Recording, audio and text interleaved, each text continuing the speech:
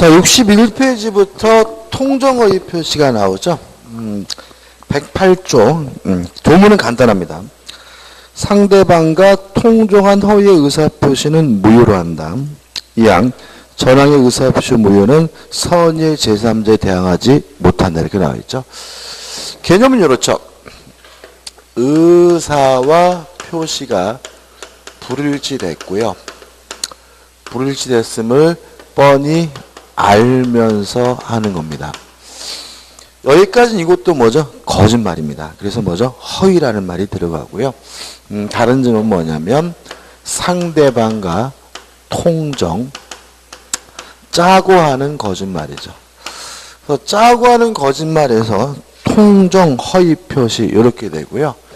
효과는 상대방과 짜고 한다는 말은 상대방이 항상 알고 있다는 얘기니까 항상 무슨 해석이 자연적 해석이고 항상 예외 없이 뭐예요?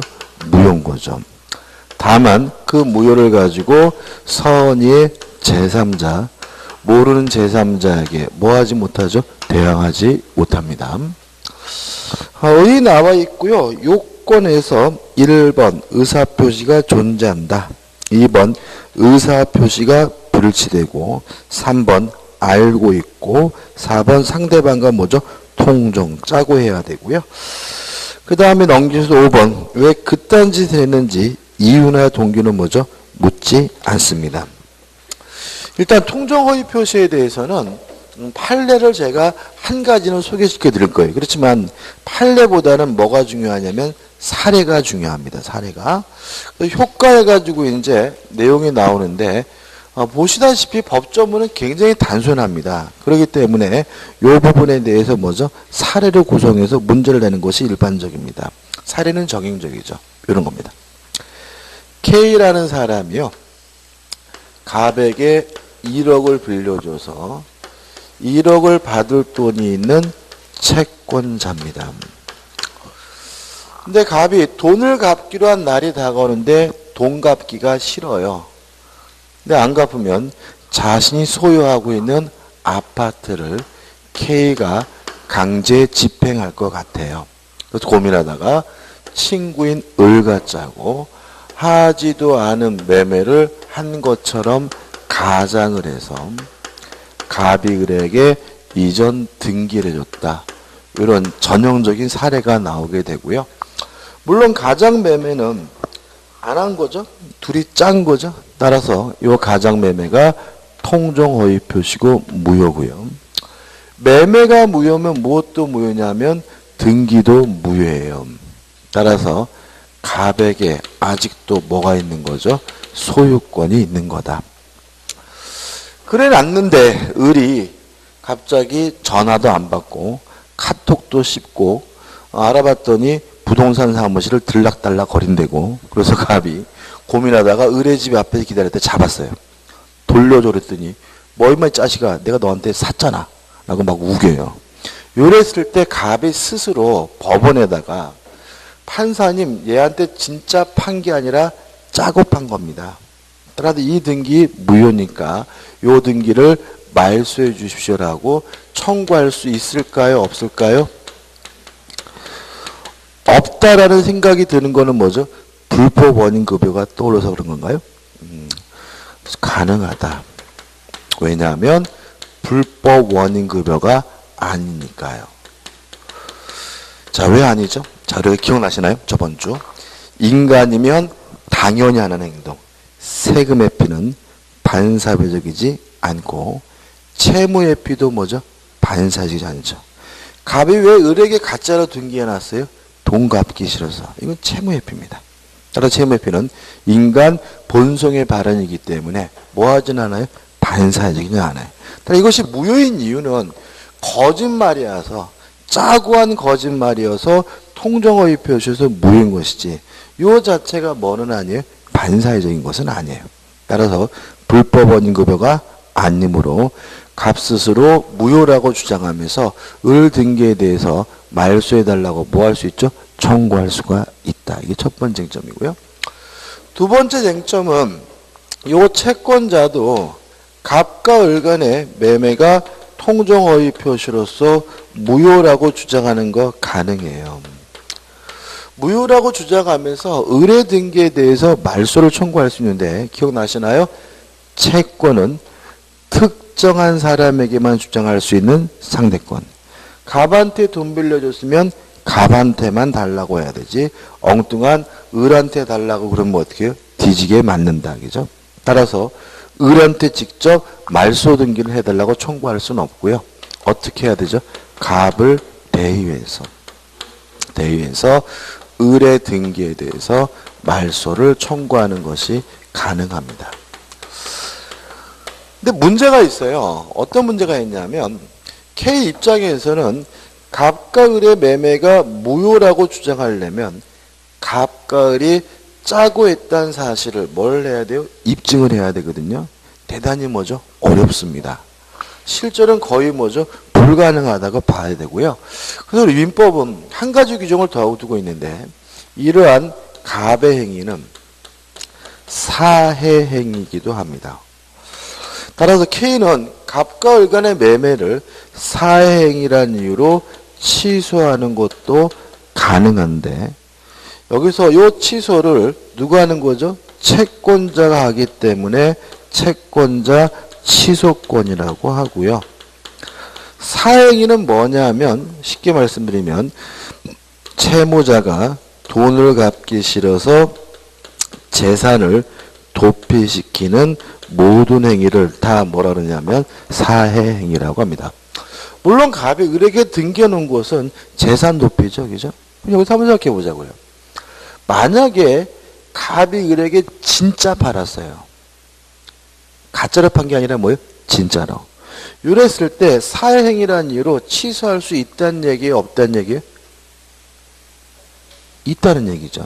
왜 그러냐 보세요. 짜고 했다는 사실을 입증하면 통정어휘 표시로서 어떻게 해요? 무효라고 주장하면 되죠.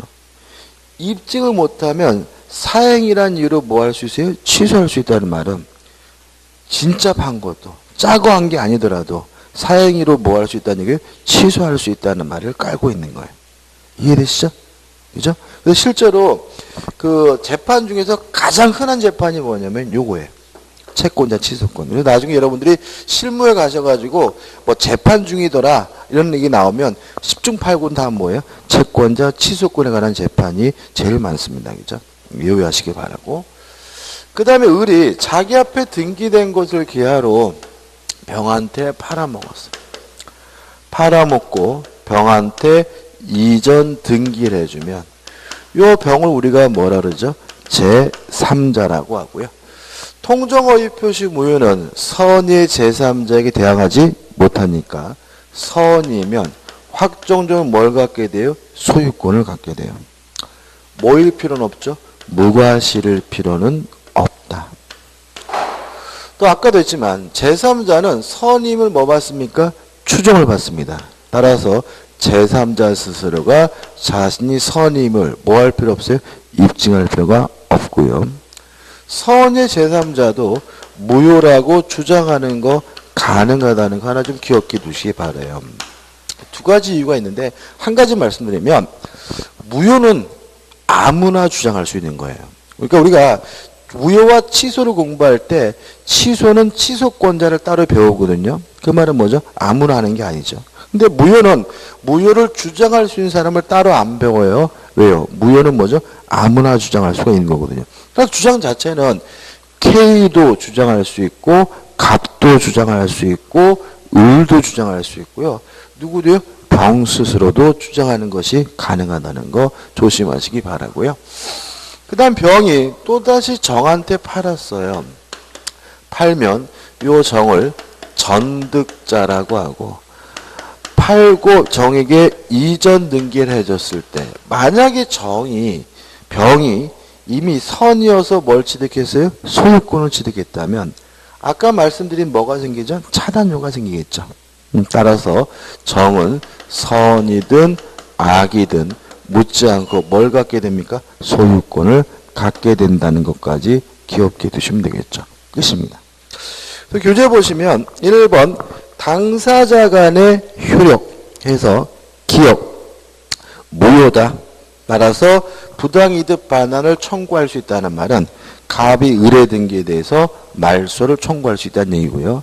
니은번 뭐는 아닙니까? 불법 원인급여는 아니다. 왜냐하면 채무회피는 인간 본성의 발현이니까 뭐 하잖아요? 반사회적이지 않죠.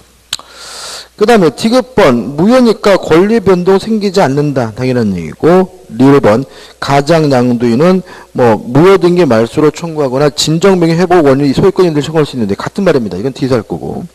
그 다음에 미음번 채권자 취소권의 대상이 된다. 그래서 채권자는 무효라고 주장하든지 아니면 사행이라는 이유로 뭐 할 수 있어요? 취소할 수가 있다. 이렇게 되는 거죠. 그 다음에 2번 제3자에 대한 효력해가지고 기억 선이면 제3자가 보호가 되고요.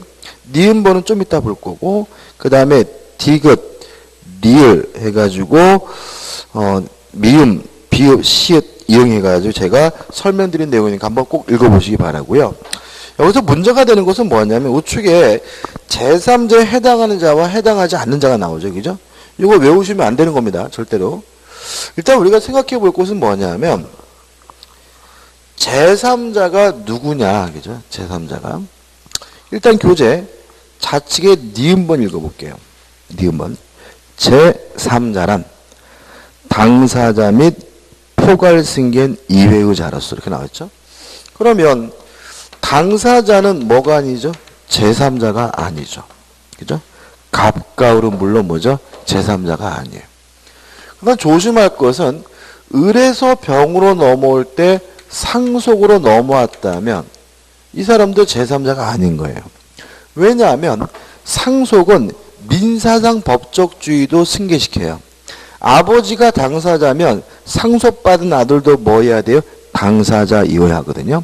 따라서 상속받은 사람, 포괄 승계인도 뭐가 아닌 거죠? 제3자가 아닌 거죠. 그래서 당사자 및 포괄 승계인 이의자 이렇게 나오죠. 근데 문제가 되는 것은 뭐냐면 요 병과 정은 제3자인 것 같은데 요 K가 문제입니다. 왜냐하면 K도 명백히 당사자도 아니고 무엇도 아니에요? 상속받은 사람도 아니거든요. 근데 K는 뭐가 아니냐면 제3자가 아니에요. 왜 그러냐면 계속 보시면 이의자로서 허위 표시 의하여 형성된 법률관계를 기초로 새로운 이해관계를 맺은 자를 말한다 해서 새로운이라는 세 글자가 키포인트입니다. 제3자로서 보호되려면요. 새로워야 돼요. 따라서 병과 정은 가장매매 후에 이해관계를 가졌기 때문에 새롭기 때문에 뭐가 되냐면 제3자가 되는데 K는 가장매매 전에 돈을 빌려줬다 새롭지 않기 때문에 뭐가 아니냐면 제3자가 아니에요. 그래서 결국은 우측에 나와 있는 박스는 뭐 가지고 판단하냐면 전인지 후인지 가지고 판단하는 거예요. 다시 한번요. 통정허위 표시로부터 보호받으려는 제3자는 뭐 해야 됩니까? 새로워야 합니다.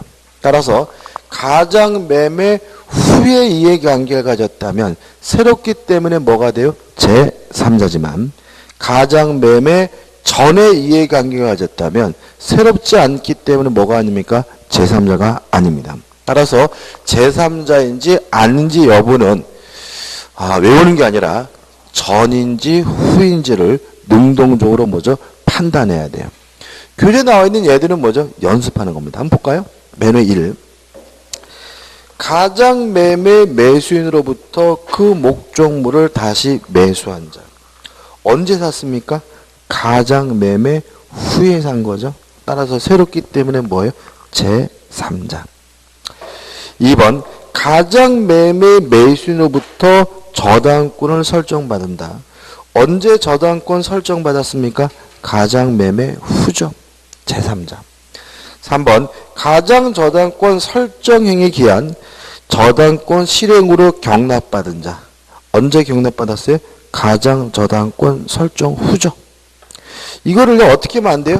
매수한 자, 저당권 설정받은 자 이렇게 하면 안 된다고요. 왜요? 이 사람은 제3자가 아닐 수도 있어요.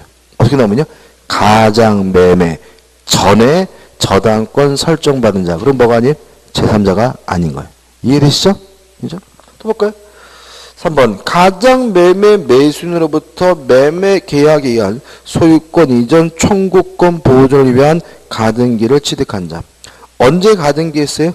가장 매매 후니까 뭐예요? 제3자. 이것도 어떻게 나올 수 있어요? 가장 매매 전에 가등기자. 그럼 뭐예요? 제3자가 아닌 거예요.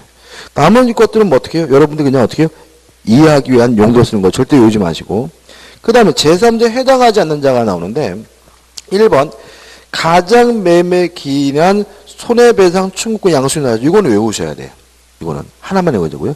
가장 매매 기한 손해배상 청구권 양수인은 뭐가 아니죠? 제3자가 아니다. 2번 채권의 가장 양도에 있어서 채무자. 언제 돈 빌렸을까요? 가장 양도 전에 돈 빌렸겠죠? 그잖아요. 채권이 있어야 뭐 할 수 있어요? 양도할 수 있는 거니까 채무자는 논리적으로 언제 빌린 겁니까? 가장 양도 전에 돈 빌렸으니까 서럽지 않아서 뭐가 아니죠? 제3자가 아니죠. 3번 상속받은 자 물론 제3자 아니고 4번은 읽을 필요도 없고 그 다음에 5번도 뭐 읽어볼 필요도 없고 그 다음에 6번입니다. 저당권 등 제한 물건이 가장 포기된 경우에 기존의 후순위 제한 물권자. 기존이라는 말은 새롭지 않다는 얘기죠. 따라서 뭐가 아닌 거예요? 제3자가 아닌 거예요. 가로에 나오죠. 그죠? 한번 생각해 볼까요? 이런 얘기입니다. 1순위가 갑 앞으로 저당권이 설정이 되어 있고요. 2순위가 을 앞으로 저당권이 설정되어 있어요. 이런 상태에서 갑이 뭘 잘못 쳐먹었는지 저당권을 포기한다 그래서 말소가 됐어요. 그러면 을이 2순위에서 1순위로 순위가 뭐가 돼요? 승진이 되겠죠.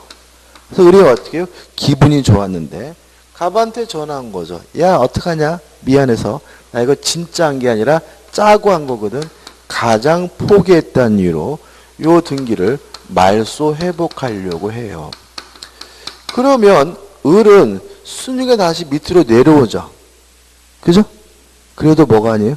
제3자가 아니에요. 왜냐하면 가장 포기 전에 이미 뭐가 되어 있었어요? 등기가 되어 있었기 때문에. 뭐 하지 않습니까? 새롭지 않습니다. 따라서 뭐가 아니에요? 제3자가 아니에요. 그럼 가로에 나온 얘기는 뭘까요? 이런 거죠.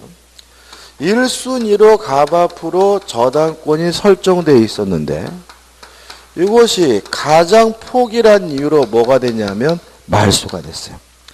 말소가 된 상태에서 1순위로 을 앞으로 저당권이 설정됐다면 이 사람은 언제 등기가 됐어요? 가장 포기 후에 등기가 됐으니까 새롭기 때문에 이 사람은 뭐인 거예요? 제3자인 거예요. 구별할 수 있겠죠? 그죠? 결국 이건 또 뭐예요? 전이냐 후인지를 뭐 하시면 돼요? 판단하시면 되는 거예요. 그 다음에 7번은 다른 얘기입니다. 이거는 좀 이따가 제가 신탁행위 할 때 설명드릴 거겠죠. 그럼 결과적으로 다 했죠. 그죠? 그럼 여기서 제가 외워야 된다는 거 1번은 먼저 설명 안 드렸죠. 1번만 설명드릴게요. 자, 볼게요. 좀 지울게요. 자, 병이 선이면 확정적으로 뭘 취득합니까? 소유권을 취득하죠. 그죠? 그러면 갑의 입장에선 요 건물 뭐 한 거예요? 날린 거죠. 그죠? 병이 뭐예요? 선이면 누구 거예요? 얘 거잖아요. 동의하시죠? 그러면 여러분들이 갑이면 어떻게 하겠어요? 이때요. 이때 그냥 아이고 아파트 날렸네 이러고 말 문제인가요? 그건 아닌 거죠. 을을 찾아가야죠. 야 이 그저스 놈아 그게 네 아파트 짜식아?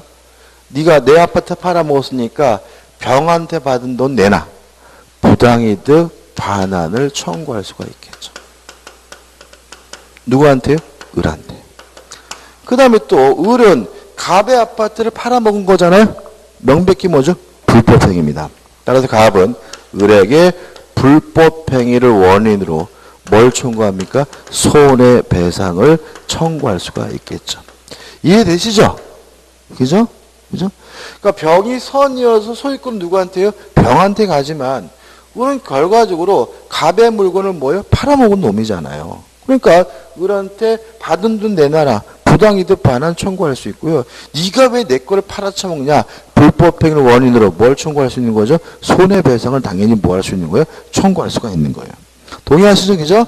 이해하셔야 돼요. 그죠? 요 손해배상 청구권을 예를 들어서 무에게 양도했다면 요 무가 가장 매매기일한 손해배상 청구권의 뭐죠? 양수인이에요. 누가요? 무가. 얘는요, 명백히 새롭습니다. 새롭지만 제3자가 아닙니다. 왜냐하면 이해관계가 없어서 그래요. 제3자로서 보호해야 될 사람은 무효 때문에 피해볼 사람이 보호 대상인 거죠. 오히려 무효가 되면 좋은 사람은 굳이 보호할 필요가 없어요. 만약에 갑이 을에게 진짜 팔았다면 손해배상 청구 못하죠. 누구의 을 거니까.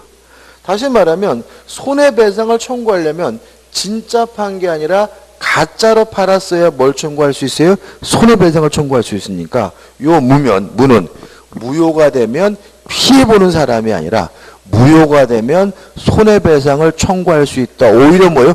유리해지는 사람이니까 보호할 필요가 없는 사람이에요. 따라서 뭐가 아니에요? 제3자가 아니에요. 근데 이거를 우리가 따지고 있을 수는 없잖아요. 그래서 이걸 뭐자고요? 외우자고요. 그죠? 가장 매매기한 손해배상 청구권의 양수에는 뭐가 아닙니까? 제3자가 아니다. 그래서 외울 거는 뭐죠? 한 가지만 외우시면 되는 거예요. 확인 문제입니다. 통정어의 표시 무효는 선의 제3자에게 대항하지 못한다는 규정에 제3자에 해당하는 자를 모두 고른 것은 기억.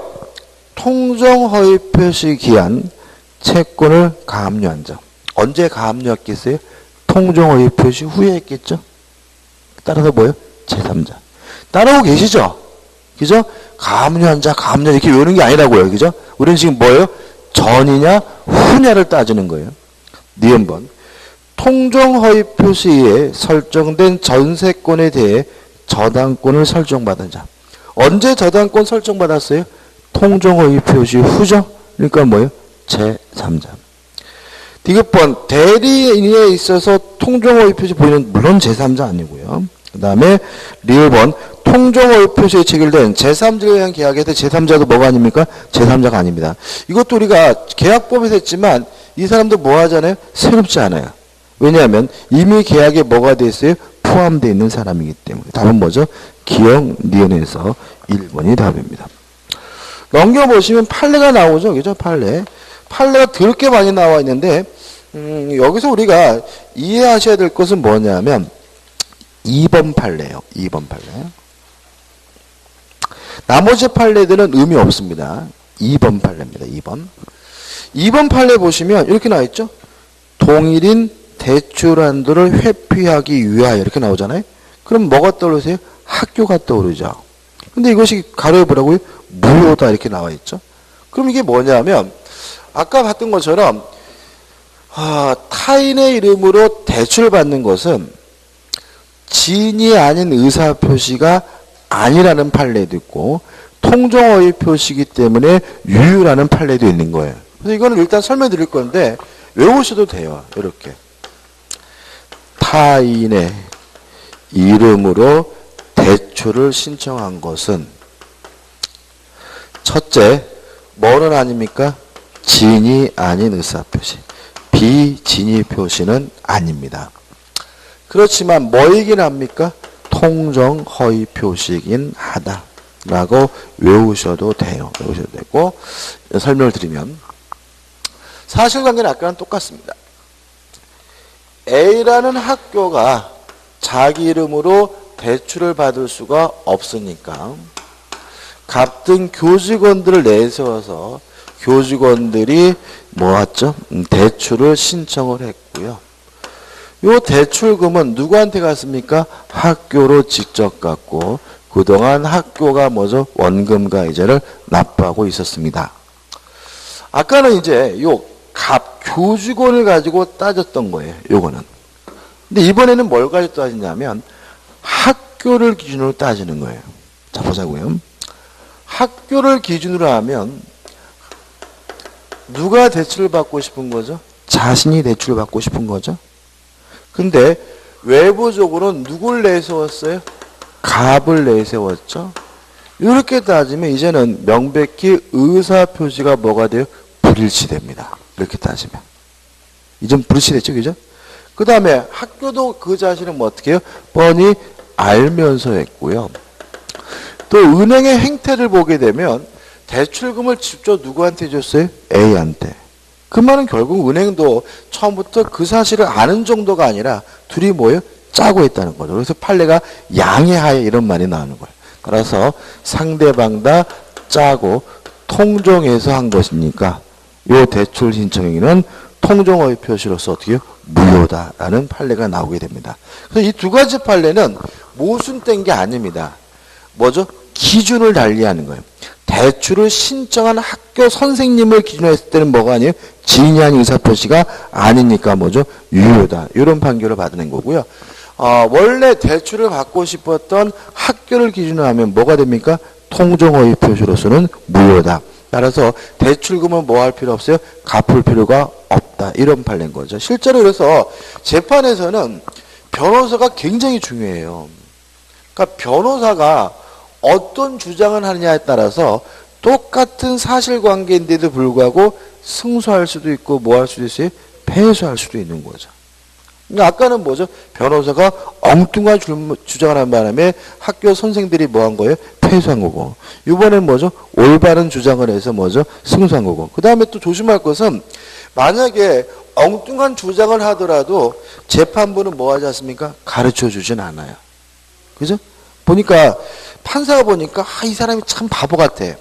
그렇게 주장하면 질 것 같아. 그래도 아이고 피고님 좀 진정하세요. 그렇게 주장하면 패소하니까 이렇게 주장해라고 어떻게 해요? 알려줄 수는 없죠. 그죠? 근데 이번에 제가 누님 말씀하시지만 박근혜 대통령의 변호사들이 뭐죠? 완벽한 뭐예요? 엑스맨들이었던 거죠. 엑스맨. 그러니까는 뭐죠? 얘네들이 완전히 뭐죠? 그 박근혜 대통령을 악의 구렁텅이를 먼저 끌고 들어간 겁니다. 재판부는요, 결코 주장이 잘못되더라도 뭐 하진 않아요? 가르쳐 주진 않아요. 근데 실제로 그 헌법재판소 과정에서도 그 헌법재판소 재판관이 얼마나 답답했으면 가르쳐 주기까지 했어요. 이게 왜 그러냐면 보세요. 헌법 재판 과정에서 변호인 측이 자꾸 연기시키려고 했죠. 그죠? 막 이상한 증인들 세우고. 그러면 얘네들 스스로가 박근혜 대통령은 탄핵될 거라고 간주하기 시작한 거잖아요. 만약에 박근혜 대통령의 변호인들이 박근혜 대통령이 진짜로 말대로 탄핵소추가 되지 않을 거라고 믿고 확신을 갖고 변론한다면 어떻게 변론해야 돼요? 빨리 결정하자. 왜요? 빨리 결정해야 직무정지 상태에서 뭐죠? 빨리 벗어날 수가 있는 거니까요. 근데 그런 것에 대해서는 아무런 다툼도 하지 않고 무조건 뭐만 하려고 했어요? 연기시키려고만 했다는 거는 변호사 스스로가 뭐예요? 탄핵소추가 될 거라고 어떻게 해요? 지들 스스로 이미 결정을 내린 거예요. 그래가지고 연기시키기 위해서 심지어는 뭐예요? 박근혜 대통령한테 불리한 증인까지 막 부릅니다. 그래가지고 헌법재판소 재판관이 뭐죠? 그렇게 하시면 변호사 윤리 규정에 반한다고. 이거는 오히려 청구인에게, 그죠? 대통령한테 불리한 증인이라고 신청하지 말라고 가르쳐 주기까지 하는데도 불구하고 계속해서 뭐죠? 연장시키려고 노력을 하죠. 그죠? 그러니까 뭐예요? 주장 자체가 없었어요. 그러니까 재판부 입장에서는 이쪽에서 탄핵소추가 되면 안 됩니다라고 주장을 해야 그 사람들의 주장에 대해서 옳고 그름을 판단해 줄 텐데 주장을 안 하고 오죽건 뭐만 하려고 하세요? 연기만 하려고 하니까 판결문에 그 사람들 주장이 안 나와 있어요. 그러니까 탄핵소추 된 거죠. 그죠? 형사재판도 웃기지 않아요? 그 검사한테 뭐 이렇게 수사를 받았잖아요. 그러고 나서 그 손보시기 변호사가 뭐죠? 페이스북에도 올렸잖아요. 검사님들께 경의를 표하고, 그죠? 검사님 가족에게다 뭐죠? 경의를 표한다. 이게 뭐 하는 거예요? 영장 꼭 신청해 달라는 거죠. 그잖아요. 생각해 보세요. 왜 그러냐면 이게 문제가 뭐냐면 지금 검찰도 굉장히 부담스러운데 지금 박근혜 대통령 측에서 부당한 대우를 받았다, 뭐 힘들다, 나쁜 새끼들 이렇게 욕을 해야 검찰에서 영장을 신청 안 하더라도 욕을 두드러 넘어가요. 근데 만약 그쪽에서 고마웠다, 경의를 표한다, 가족한테도 경의를 표한다 이렇게 반응을 하면 검찰 입장에서 무조건 뭘 해야 돼요? 영장을 신청해야 돼요. 왜요? 신청 안 하면 뭐예요? 짜고 쳤다 또 이렇게 나오잖아요. 그잖아요. 그죠? 그러니까 다시 말하면 고마웠더라도 지 혼자만 생각할 일이지 그거를 페이스북에도 올릴 일은 아니라는 거예요. 그거를 올림으로써 결정적으로 뭐가 되는 거예요? 영장 신청으로 가는 거예요. 그게. 그러니까 저는 차라리 그날 어떻게 했어야 되냐면 박근혜 대통령한테 그 밤새 조사받고 나올 때 막 이렇게 막 힘들고 막 이렇게 막 휠체어라도 타고 나오게 조언했어야 돼요. 그래야 사람들이 와 진짜 빡세게 조사받았나 보다 이렇게 생각하잖아요. 근데 그분이 어떻게 해요? 나가지고 이렇게 막 이러고 가시잖아. 그리고 막 경의를 표한다고 막 그러잖아. 그러니까 어떻게 해요? 아, 저 아줌마 자고 나왔나 막 이런 생각이 들잖아. 그러니까 검찰은 어떻게 해요? 영장을 신청할 수밖에 없는 상태인 거죠. 그러니까 결국 변호인들이 뭐예요?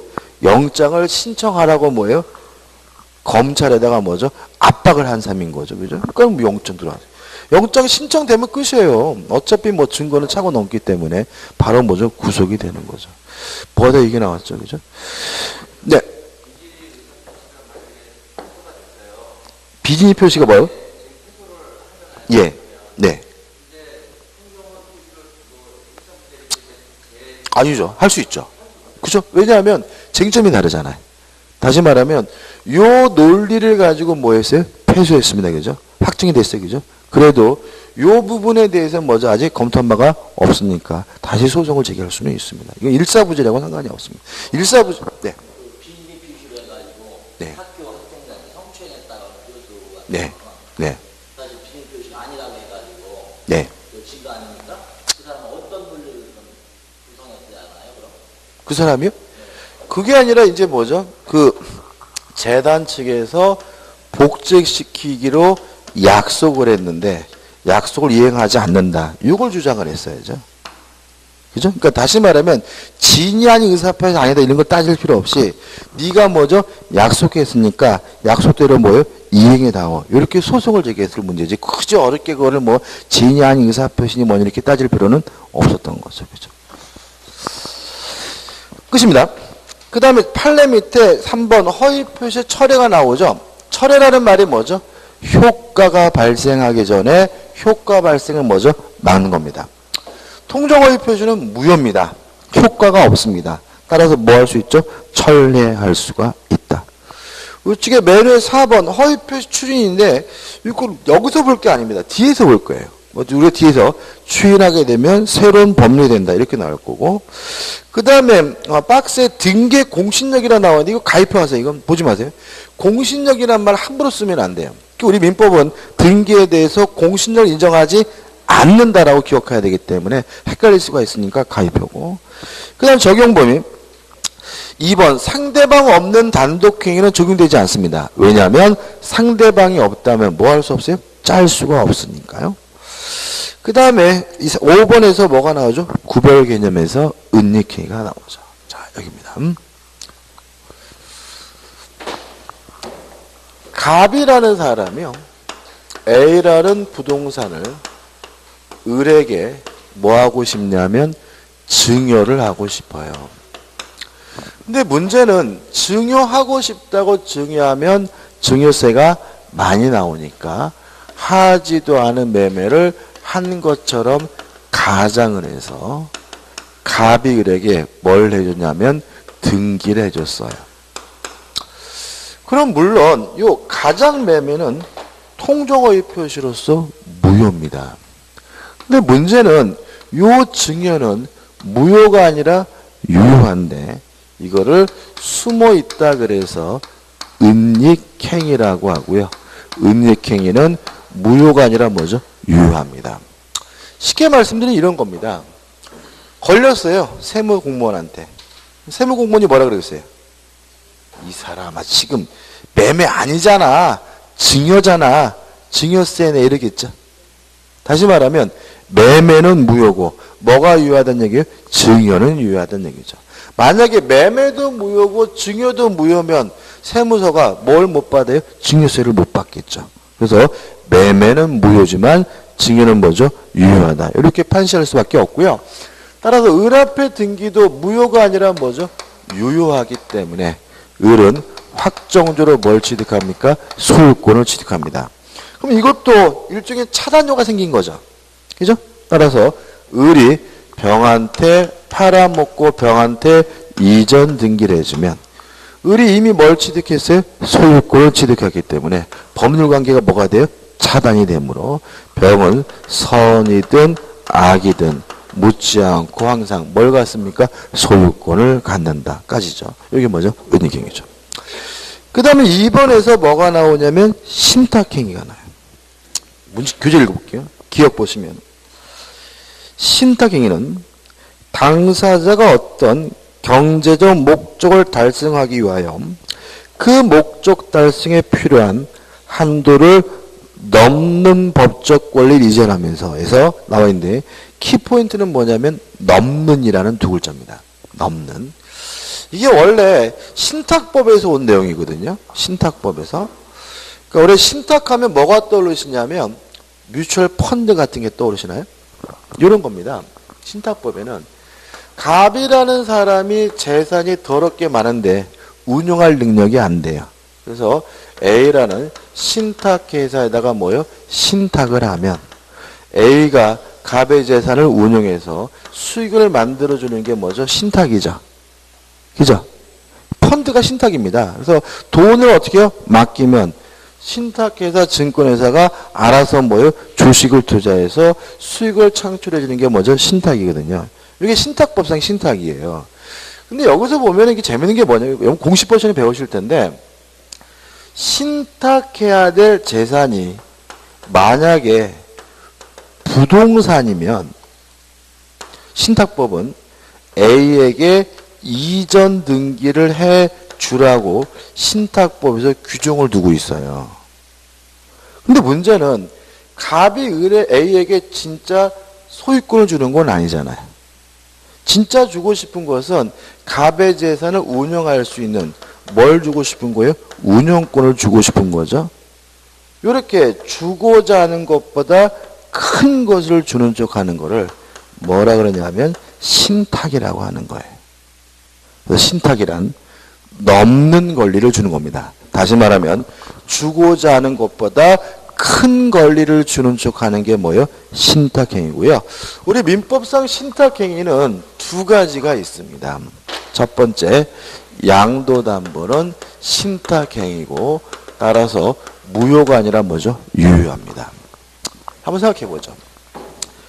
갑이 을에게 1억을 빌려주고 1억 채권을 담보하기 위해서 갑에서 을로 소유권을 이전해 주면 소유권을 이전해 주는 것을 우리가 뭐죠? 양도라고 하니까 이게 뭐죠? 양도담보죠. 근데 양도담보가 뭐죠? 소유권을 이전하는 방식으로 이루어지는 담보가 뭐죠? 양도담보입니다. 실제로 갑이 을에게 넘겨주고 싶은 거는 뭐죠? 담보권을 설정하고 싶은 거죠. 근데 외부적으로는 뭐 자체가요? 소유권 자체가 넘어간 것처럼 보이니까 주고자 하는 것보다 어떻게 해요? 큰 것을 주는 척하게 됩니다. 따라서 이것은 통정허위 표시가 아니라 뭐예요? 신탁행위고요. 따라서 무효가 아니라 뭐죠? 유효라는 게 우리 판례 입장입니다. 그럼 이렇게 되는 겁니다. 통정허위 표시라는 것은 아무것도 안 주면서 주는 척하는 것만 통정허위 표시인 거예요. 무효. 진짜 주는 거 이거는 뭐죠? 은닉행위. 유효. 주긴 주는데 좀 큰 것을 주는 척하는 거 이건 뭐예요? 신탁행위. 신탁행위도 무효가 아니라 뭐죠? 유효한 거죠. 그래서 양도담보는 신탁행위로서 뭐예요? 유효합니다. 그 다음에 하나가 더 있죠. 채권 추심을 위한 채권 양도도 신탁행위입니다. 자, 이런 얘기죠. 을이 갑에게 1억을 빌려줘서 1억을 달라 요구할 수 있는 채권이 있는데 갑이 돈을 안 갚아요. 친구인 병이 지나가다가 을을 보고 야 얼굴이 왜 그래? 이 자식이 급하다 그래서 돈 빌려주는데 안 갚아 나 미치겠어 라고 하니까 병이 내가 받아줄게 해가지고 갑한테 가서 야 이 자식아 빨리 을한테 돈 갚어. 그러면 갑은 병한테 분명히 뭐라 그래? 네 일이나 신경 써 자식아. 네가 나한테 돈 빌려줬어? 네가 왜 나한테 와서 지랄거려? 이럴 거란 말이죠. 그래서 병이 을한테 가서 그러는 거죠. 야 내가 너한테 빨리 돈 갚으라고 지랄거렸더니 이놈이 내 일이나 신경 쓰라 그러거든. 네가 나한테 채권을 양도해 준 것처럼 해주면 내가 요놈한테 떳떳하게 가서 돈 달라고 지랄 걸어줄게. 이게 뭐예요? 채권 추심을 위한 뭐죠? 채권 양도입니다.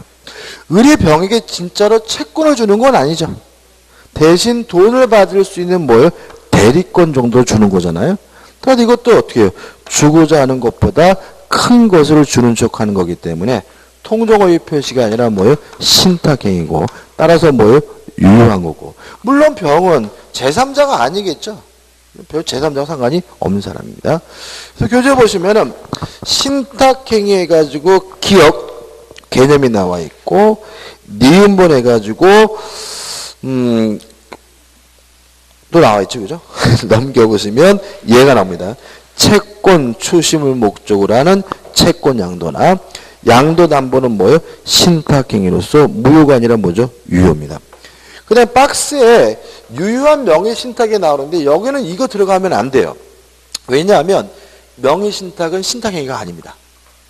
명의신탁은 뭐가 아니라고요? 신탁행위가 아니에요. 그러니까 내용이 잘못된 게 아니라 명의신탁이 여기 들어오면 안 됩니다. 그러니까 명의신탁은 신탁행위가 아니라 뭐예요? 이름을 빌리기로 하는 계약이거든요. 그래서 주고자 하는 것보다 큰 것을 주는 척하는 신탁행위하고 명의신탁은 상관이 없는 거니까 이 명의신탁은 어떻게 해요? 여기서 빼셔야 하고요. 그 다음에 6번 허위 표시기한 법률 효과의 침해에 대한 손해배상 청구가 나와 있는데 이것도 일단 당연한 건데요. 무효면요. 책임도 발생하지 않는 거예요. 원칙이. 그죠? 다시 말하면 유효여야 뭐가 생기는 거예요? 책임이 발생하는 거니까 무효라면 그 무효를 원인으로 손해배상을 뭐 할 수는 없어요? 청구할 수는 없다는 거 기억해 두시면 될 것 같고요. 박스도 여기서 볼 건 아닙니다. 확인 문제입니다. 사업 실패로 부도 위기에 몰린 갑이 채권자의 강제 집행을 면할 목적으로 친구인 을과 짜고서 자기 부동산을 을에게 매도한 것처럼 가정하여 소유권 이전 등기해 줬는데 을은 자기가 그 부동산의 등재인인 것을 빌미로 병에게 매도하고 소유권을 넘겨주었다. 요거죠. 그죠? K가 갑에게 뭐죠? 1억을 빌려줬는데 요겁니다. 그래서 이 통정어에 표시된 사례는요. 내용은 좀 다른 것 같지만 실질은 뭐죠? 똑같은 사례가 나오게 되고요.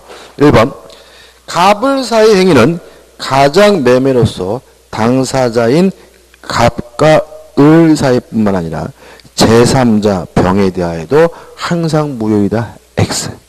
제3자 병은 뭐면요? 선이면 소유권을 취득하죠. 2번 갑의 채권자는 선의 제3자 병에 대하여 무효를 주장하며 강제 집행을 신청하거나 채권자 지소권을 신청할 수 없다. 오, 맞아요.